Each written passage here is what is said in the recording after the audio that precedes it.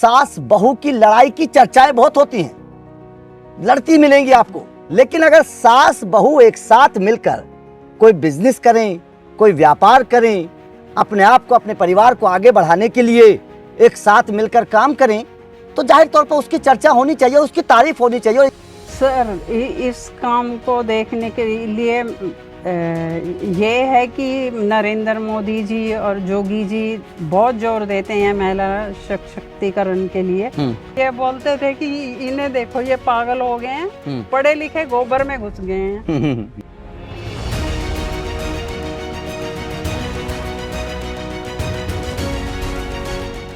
कि जब शादी हुई होगी तो क्या आपको पता था कि आपके ससुराल में इस तरीके का काम होता है? मल्टीप्लाई बहुत ज्यादा होता है। मैंने 2 किलो केंचुए से 90 दिन के अंदर 2 क्विंटल केंचुआ बना लिया था।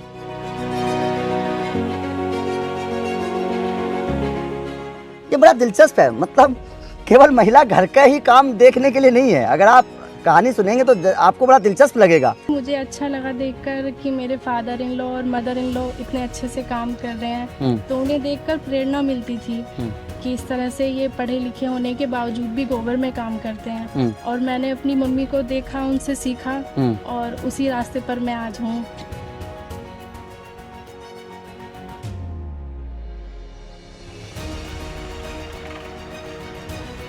हिंदुस्तान के कितने राज्यों में आपका ये खाद इस वक्त जाता है? सर, दिल्ली, हरियाणा, पंजाब, हिमाचल प्रदेश और जम्मू कश्मीर। देखिए, आप महिलाएं हैं जो इस काम को कर रही हैं, उसके साथ साथ आपको घर भी चलाना है। घर में कैसे सामंजस्य बिठाती हैं आप दोनों सास बहू? ये बड़ा दिलचस्प है जानना, और लोग इसको भी जानना चाहेंगे। नमस्कार, मैं हूं अभिषेक त्यागी। हिंदुस्तान आगे बढ़ रहा है, महिलाओं को सशक्त किया जा रहा है। आगे बढ़ने के लिए लगातार प्रधानमंत्री नरेंद्र मोदी और उत्तर प्रदेश में योगी आदित्यनाथ अलग अलग तरीके की योजनाएं चला रहे हैं। लगातार महिलाओं को सशक्त बढ़ाने के लिए, आगे बढ़ाने के लिए बात की जाती है, बढ़ना भी चाहिए। लेकिन इस वक्त मैं बागपत के एक गांव में बैठा हूं जिसका नाम है मितली। और इस वक्त मैं बागपत के एक गांव में बैठा हूं जिसका नाम है मितली। और इस गांव की 2 महिलाएं मेरे साथ बैठी हुई हैं। अब ये महिलाएं इसलिए भी ज़रूरी है इनकी कहानी बताना, क्योंकि आज के दौर में सास बहू की लड़ाई की चर्चाएं बहुत होती हैं, लड़ती मिलेंगी आपको। लेकिन अगर सास बहू एक साथ मिलकर कोई बिजनेस करें, कोई व्यापार करें, अपने आप को, अपने परिवार को आगे बढ़ाने के लिए एक साथ मिलकर काम करें, तो जाहिर तौर पर उसकी चर्चा होनी चाहिए, उसकी तारीफ होनी चाहिए। और इसलिए इनकी तारीफ लगातार होती है। अब इनकी तारीफ केवल उत्तर प्रदेश तक ही सीमित नहीं है, इनकी तारीफ हिंदुस्तान के कई राज्यों तक पहुंच चुकी है। जम्मू कश्मीर तक इन महिलाओं की चर्चा होती है। अब कहानी पूरी क्या है वो जानेंगे तो जाहिर तौर पर आपको भी ये लगेगा कि वास्तव में अगर महिलाएं कुछ चाहें दिल से तो कुछ भी किया जा सकता है। उसकी जीती जागती मिसाल मेरे साथ बैठी हुई हैं।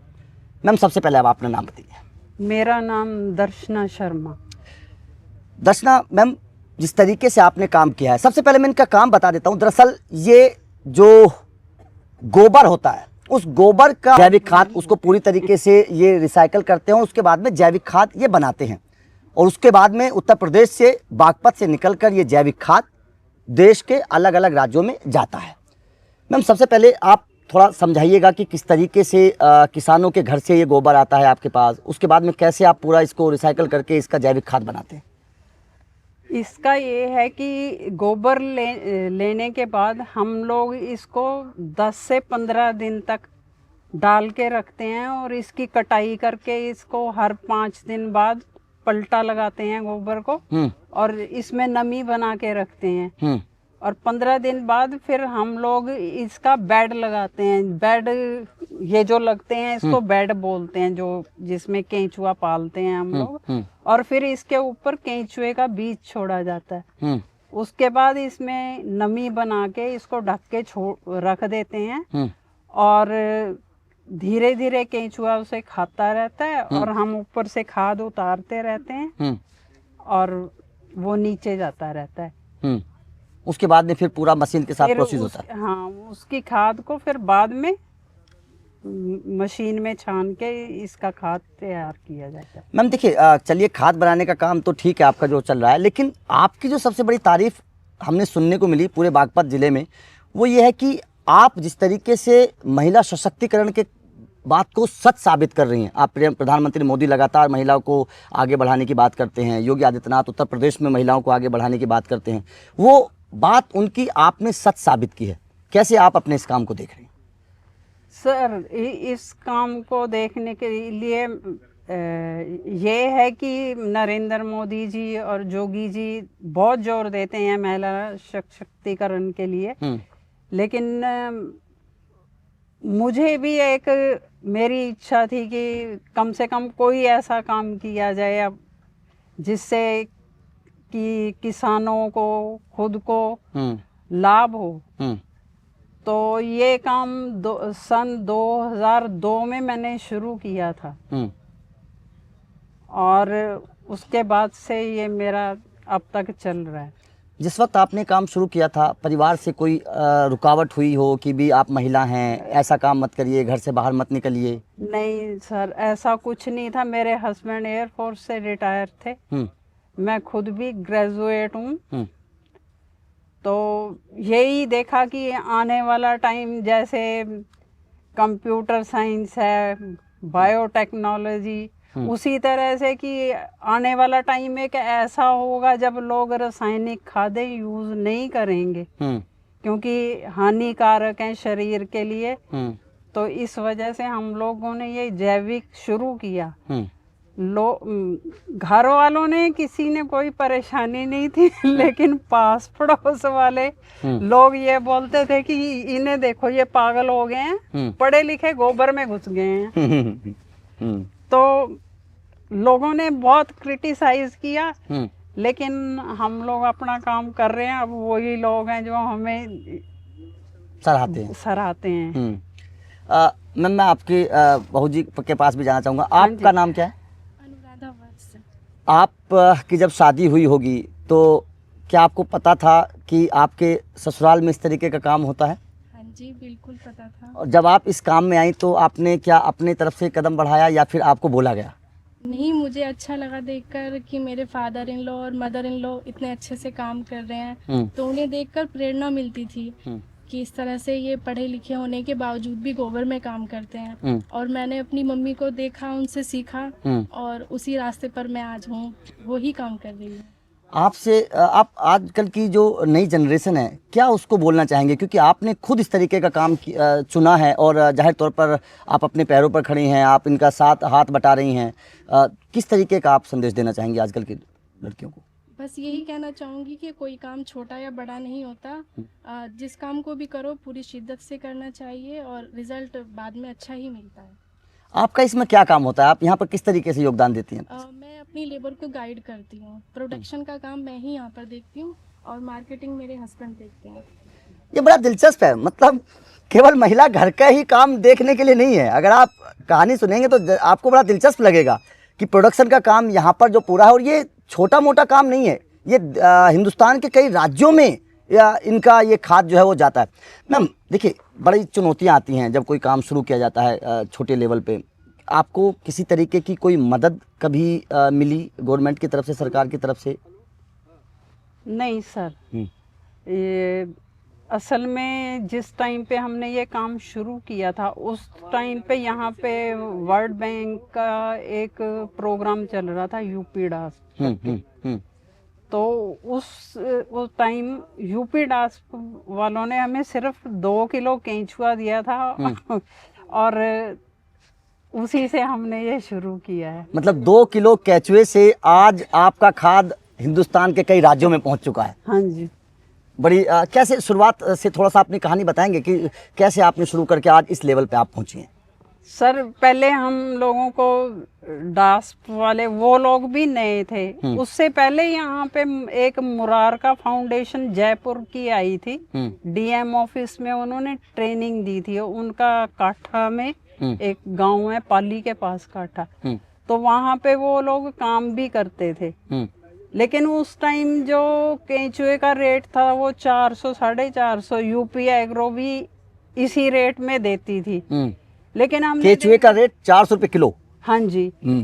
तो हमने देखा कि ये तो बढ़ता है, इतना है, मल्टीप्लाई बहुत ज्यादा होता है। मैंने 2 किलो केंचुए से 90 दिन के अंदर 2 क्विंटल केंचुआ उससे बना लिया था। तो इसका अगर इसे फेवरेबल कंडीशन मिलती है तो ये 20% तक भी मल्टीप्लाई होता है। तो हमने सोचा ये इतना महंगा नहीं होना चाहिए। तो हमारा प्रोग्राम था सैफई में, उस टाइम पे राष्ट्रपति जी आए हुए थे। तो उस टाइम पे हम वहाँ गए थे, तो हमने देखा कि सब जगह लखनऊ में भी इधर उधर बहुत हाई रेट है। तो हमने उस टाइम पे 80 रुपये केजी से अपना रेट दिया था कि आप कहीं भी आपका जो भाड़ा है वो आपका रहेगा, हम 80 रुपये के केजी आपको अपनी यूनिट से देंगे। इसी तरह हमारा ये बढ़ता गया। और सबसे पहले आपने सेल कैसे शुरू करने की, लोकल, उसके बाद में आज आप बता रहे हैं कि हमने शुरू में लोकल के अपना खुद एक्सपेरिमेंट किया, अपने खेत में खुद डाला। उस टाइम पे हमने ये यहाँ से लेके जहाँ तक बोरिंग है, ये वाला पोर्शन है, इसमें डाल के गन्ना बोया था। और हमारा इसमें 120 क्विंटल गन्ना निकला था इतने से एरिया में, वो खाद डाल के। उसके बाद गांव वालों को, अपने घर वालों को दिया भी, फ्री में डाल के देखो आपको कैसा लगता है। ऐसे ही होते होते धीरे धीरे फिर लोग शुरू होने लगे। आज आप बता रही हैं कि आपकी जो एक खाद है वो जम्मू कश्मीर तक भी जाता है।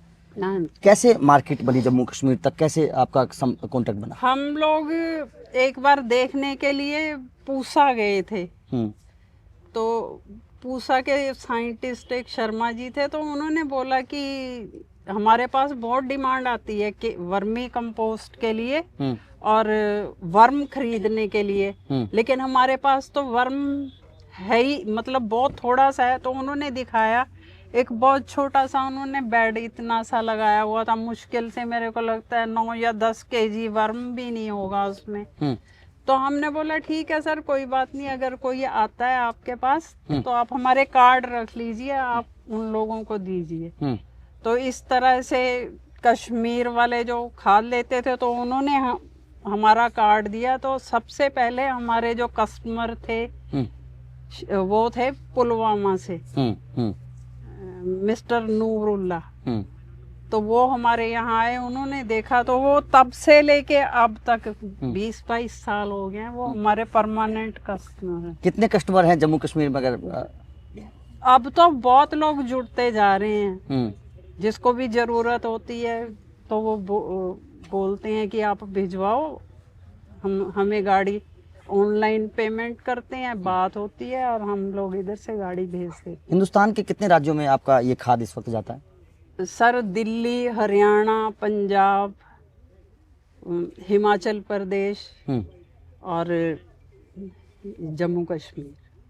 सोच रहे हैं ना, 2 किलो केचुए से शुरू हुआ काम आज हिंदुस्तान के 6-7 राज्यों तक पहुंच चुका है। उत्तराखंड में भी जाता है। तो अगर इंसान दिल से चाहे तो क्या नहीं कर सकता। और महिला घर की, इसलिए तो बोलता है कि महिला के अंदर वो ताकत है कि अगर महिला चाहे तो कुछ भी कर सकती है। ये जीती जागती मिसाल है। अच्छा, कुछ चैलेंजेस भी आते होंगे। देखिए, परेशानियां, किसी चीज़ का पॉजिटिव इम्पैक्ट होता है तो नेगेटिव भी होता है। क्या क्या चैलेंजेस आपको फेस करने पड़ते हैं इस काम के? इसमें ज़्यादा एक तो होता है वेदर का, थोड़ा वो होता है, लेकिन हमारे पास तो शेड है। अगर कोई ये चाहे कि पूरा साल ओपन में करें तो नहीं कर सकते, क्योंकि जब ज़्यादा बारिश होती है तो ये निकल के चल देता है, पानी बहता है तो चल देता है। ज़्यादा पानी में भी रहेगा तो ये मर जाता है। तो थोड़ा उसका कंट्रोल करना पड़ता है। तो हम लोग कोशिश करते हैं कि शेड में हमारे पास इसका सीड बचा रहे। तो गर्मियों में थोड़ा ज़्यादा केयर लेनी पड़ती है। बाकी थोड़ा लेबर प्रॉब्लम आती है। लेबर प्रॉब्लम आती है। हाँ। अगर मैं उत्तर प्रदेश की बात करूं, क्योंकि आपने उत्तर प्रदेश में इस काम को किया हुआ है, क्या आपको लगता है कि उत्तर प्रदेश में इस वक्त अभी इस खाद की मांग है, डिमांड है? हाँ सर, बहुत है।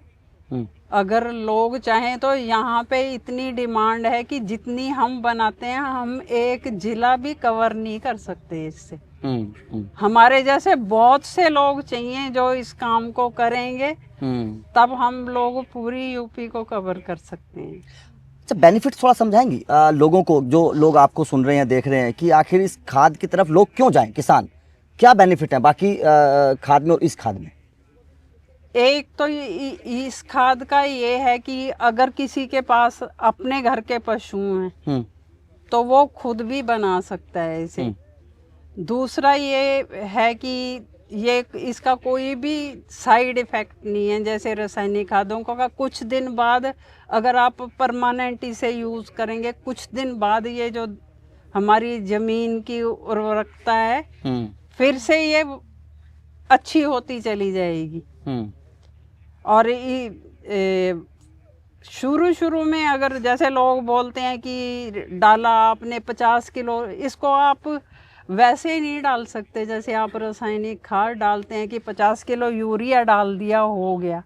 इसकी क्वांटिटी थोड़ी ज़्यादा डालनी पड़ती है।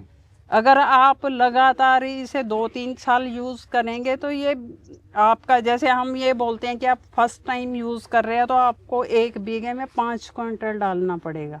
1 बीघे में? हाँ जी। ठीक है।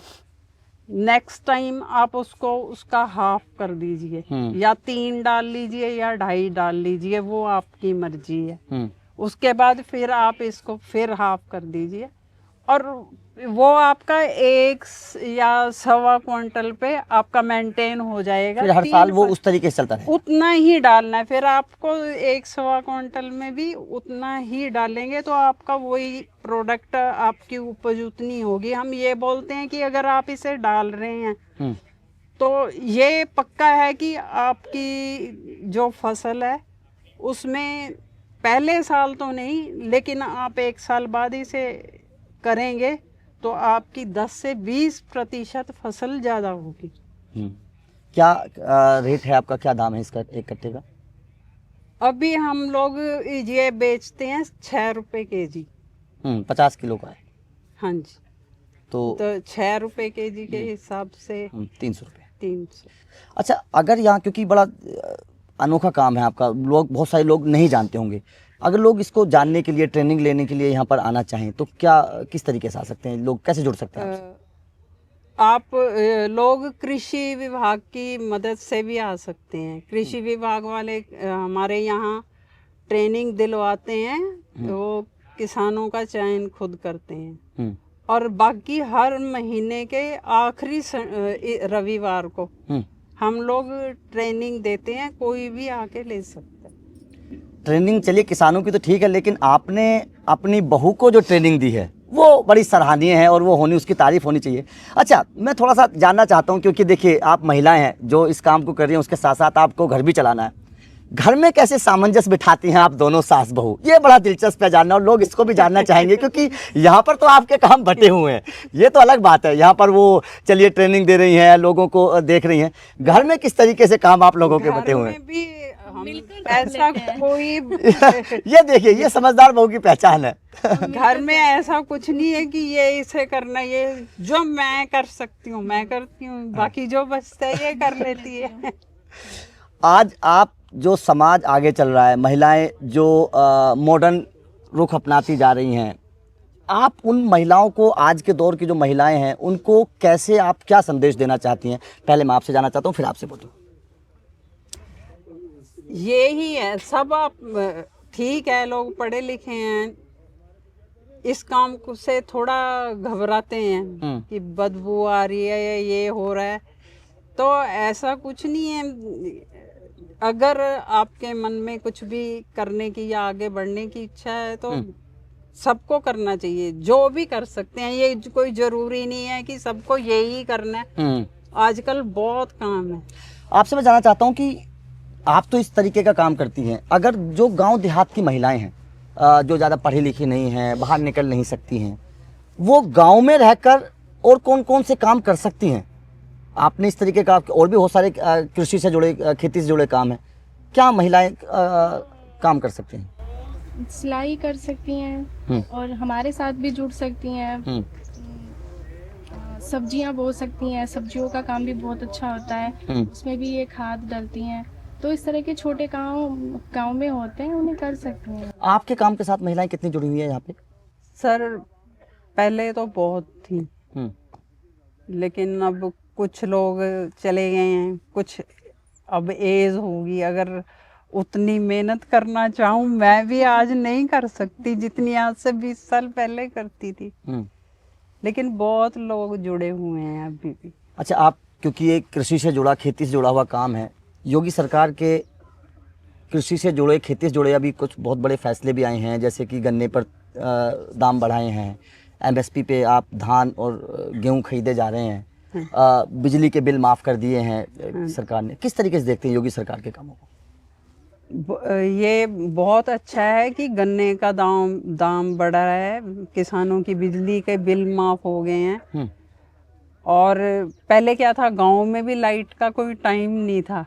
आजकल लाइट रहती है, भले ही लाइट प्राइवेट सेक्टर में चली गई, लेकिन लाइट रहती है और बहुत सेफ है। पहले ऐसा लगता था, पहले जब इस रोड पे जब हम शुरू में काम किए थे तो क्या होता था, गर्मी के दिनों में गेहूं कटते थे तो ये रोड बिल्कुल खाली रहती थी। पता चलता था किसी के कान से कोई खींच के ले गया, कुछ ले गया। लेकिन अब ऐसा कुछ नहीं है। कई बार 8-8, 9-9 बजे मैं अकेली भी जाती हूँ यहाँ से, कोई ऐसी दिक्कत नहीं होती है। तो ये बदलाव आया है। हाँ, तो जाहिर तौर पर देखिए बदलाव तो है, लेकिन बदलाव महिलाओं के अंदर भी आना चाहिए। जिस तरीके से ये दोनों महिलाएं मिलकर, सास बहू मिलकर, क्योंकि ये रिश्ता एक अलग तरीके का कहलाता है, लेकिन इन दोनों महिलाओं ने साबित कर दिया कि सास बहू केवल लड़ने के लिए नहीं होती हैं। सास बहू मिलकर अगर काम करें तो घर की तरक्की भी कर सकती हैं और पूरा परिवार मिलकर इस काम को करता है। अनोखा काम है जाहिर तौर पर, और खेती से जुड़ा हुआ परिवार था तो इन दोनों ने भी वही काम चुना और इसकी आज न केवल उत्तर प्रदेश बल्कि देश के कई राज्यों में तारीफ होती है। इनका सामान, इनका खाद देश के कई राज्यों में जाता है। जाहिर तौर पर ये एक सराहनीय कदम है। आपका इस फैसले को लेकर, जो इन्होंने चुना, इस काम को लेकर क्या कहना है, कमेंट करके अपनी राय ज़रूर दीजिएगा।